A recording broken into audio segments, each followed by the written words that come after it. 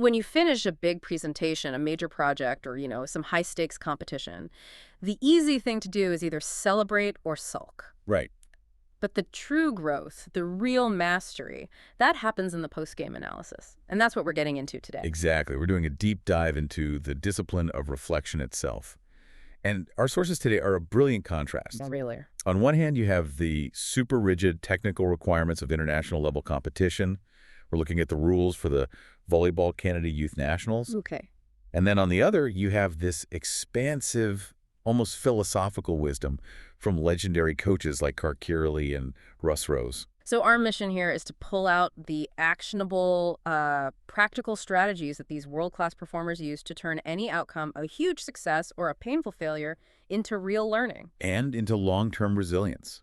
Yeah. We want to give you a kind of roadmap for transforming performance reviews from just a scorecard into a catalyst for, genuine continuous improvement. Okay, let's unpack this. So the place to start, the real foundation, it seems to be psychological. It has to be. It's about radically shifting how you even define success. Yeah. Because if you only measure the final score, you're setting yourself up for heartbreak. That's the core idea. You have to shift the focus from the podium to the daily process. Coach Russ Rose, one of the greats, he just hammers this home. What does he say? He says something like, you're either getting better or getting worse. I don't think you stay the same in sports. So for him, if you want to achieve something special, the players have to see that they're responsible every single day for getting better. That concept of daily responsibility, it completely changes the metric, doesn't it? It does. It's no longer about, did I win yesterday? It's, did I execute the process correctly today? And this ties right into preparation being the ultimate sort of mental antidote to regret. Right. And this is where Clark Kearley, an absolute icon of the sport, he gives us this profound insight. He talks about avoiding that just awful feeling of wishing you had another chance at a play because you weren't ready. Oh, that's a killer. The emotional cost of being unprepared is just massive. It is. So if you're looking at this outside of sports, maybe you're prepping for a big client meeting or a product launch, the pressure is intense. So how does Kearley's philosophy help with that anxiety? Well, he says that by doing absolutely everything in your power to prepare, reviewing the notes, practicing the delivery, thinking about roadblocks, you manage the emotional fallout before the event even starts. So the payoff isn't just a higher chance of winning. No, the psychological payoff is being able to play without fear of losing. You've done the work, so you insulate yourself from that inner critic. And he adds, crucially, that when it's all over, win or lose, you'll sleep well. That peace of mind comes from knowing you left no stone unturned in prep. That's a beautiful way to decouple effort from outcome. It is. It's about building your self-worth on commitment. And David Beard sums it up perfectly for anyone who, tends to over-identify with their wins and losses. What's his take? He just says, if you don't succeed, it doesn't mean you are a failure. If you do succeed, it doesn't mean that you are king of the world. That is such a fundamental shift. It sounds simple, but it's incredibly hard to actually internalize, especially when the stakes are high. They are. And that's exactly why this mindset is so crucial for long-term resilience. Mm-hmm. If your identity is tied to being the person who prepares, who analyzes, who improves, a single loss, a failed project, it doesn't dismantle your core value. You just focus on the next iteration. Exactly. Okay, so that brings us to the next, much more tangible question. We have the mindset, but how do we capture that post-performance data in a structured way? This is where it gets really interesting. Yeah. You can't just let the conversation become, we were great, or the ref was terrible. No, precision is key. And our sources point to Dr. Cannell's structured, coach-led reflection process. It's designed to happen immediately after the game. Immediately. Immediately. While the memory is fresh, emotions are still right there, and it should only take about 15 minutes. Wait, 15 minutes? That's specific. Why not let everyone cool down for a few hours? Well, the sources suggest that timing is everything. If you wait too long, one of two things happens. Either the high of winning makes everyone gloss over the flaws. Or the sting of losing leads to blame and rationalization. Exactly. 15 minutes is just enough time to capture the raw data, that immediate experience, before the brain starts, building a narrative to protect itself. So what does the coach or the team lead? What do they actually ask in that quick debrief? Each team member is asked 3 very concise questions. First, something the team did well. Okay, start positive. Always. Second, something the team didn't do well. Yeah. And third, personal reflections on those same 2 points. See the structure.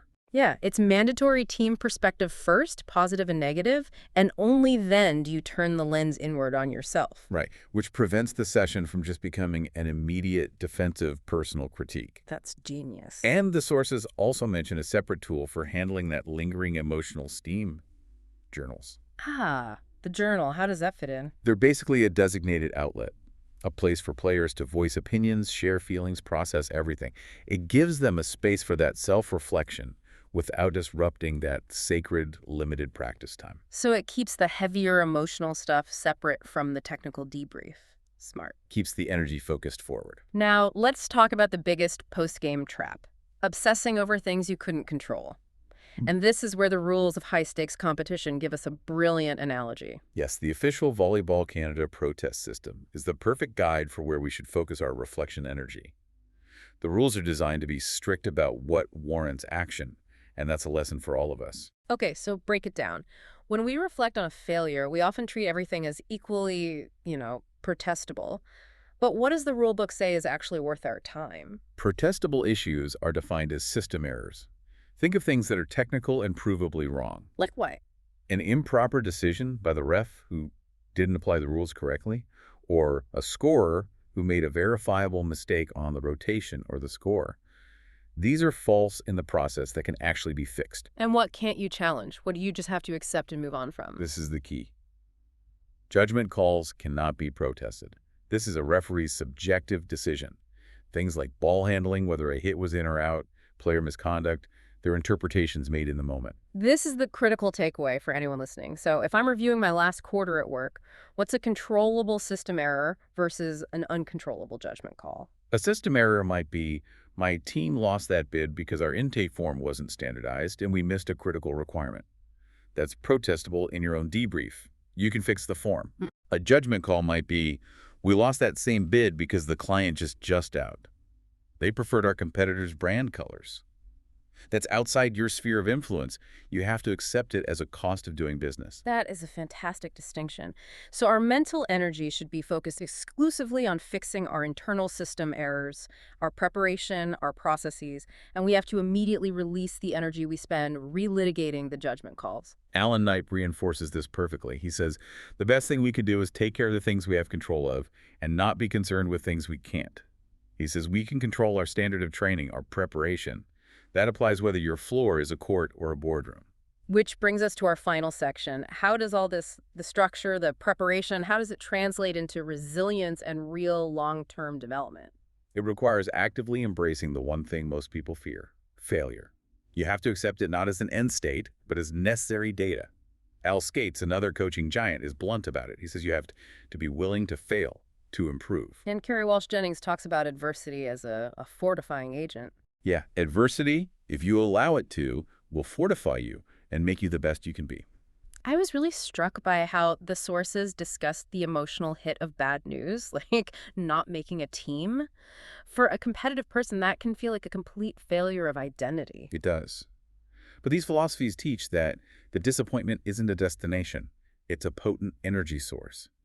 That feeling can be the fire to spark the drive needed to set the necessary steps in play to avoid failure the next time. So the learning is in the journey itself. Resilience is built by converting those setbacks into motivation. This focus on the future leads us right to one of the most powerful concepts in the sources: the shift from feedback to feed forward. Yes. Most of us live in a world of retrospective feedback, but the sources argue that's actually counterproductive. It can be.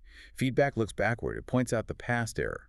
The psychological problem is that it often triggers a defensive response. When you criticize an action, the person often focuses on justifying why they did it, not learning from it. But wait, why is feed forward so much better? Don't you need to know what you did wrong? You do, but it's about how you receive that data. Feed forward is collaborative. It looks ahead. It substitutes pointing out the past mistake with positive reminders about what the person's about to do. It bypasses the defensive part of the brain. Completely. So give me an example. If I'm managing someone and they keep sending emails without the attachments, instead of saying, you missed the attachment again, what do? You shift the language to the future action. Before they hit send, you use a cue. Hey, remember, before that click, double check the attachment. Your write-up is great. Just stick to that final checklist item. So it's about success rehearsal. Exactly. And it teaches people to become their own coach and control their own destiny. It promotes internal accountability, not just reliance on external criticism. And that collaborative nature, it must foster trust. It makes the employee feel like you're on their side, not just keeping score. And that leads to the leader's ultimate responsibility: modeling character, keeping your own negative emotions in check, maintaining the same standard whether you're winning or losing. Because at the end of the day, if the culture is sound, the reflection process works. And the goal is summarized so well in the source material, making sure athletes enjoy their volleyball experience and want to continue to play the following season. If your relentless reflection causes burnout, you've failed the mission entirely.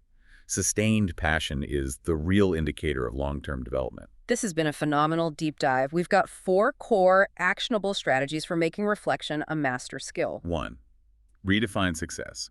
It's not the outcome, it's the preparation. As Kierley says, could you sleep well last night? That's the real measure. 2. Use structured reflection immediately. That 15-minute, 3-question debrief: team success, team failures, then personal responsibility. 3. Focus your energy only on controllable system errors, the things you can actually fix, and immediately accept the judgment calls you can't. If you can't protest it, let it go. And 4, embrace feed forward. Encourage future success with forward-looking cues instead of dwelling on past mistakes. Help the people you mentor become their own coaches. And this focus on practical action leads us to our final thought from another coaching legend, Marv Dunphy. He insists that the best drills are always game-like. What does he mean by that? Well, he says the best passing drill is always pass, set, hit. Anything less introduces an artificial situation that doesn't fully transfer to the intensity of a real game. So our challenge to you, the listener, is this. When you reflect on your work, are you just passively reviewing a tape? Or are you creating high-intensity game-like simulations in your preparation? What is the pass-set-hit equivalent in your professional life? Is it a high-pressure role play before a sales meeting? A full-dress rehearsal of a presentation? It's time to move past the simple scorecard and build your mastery by training with that same game-like focus.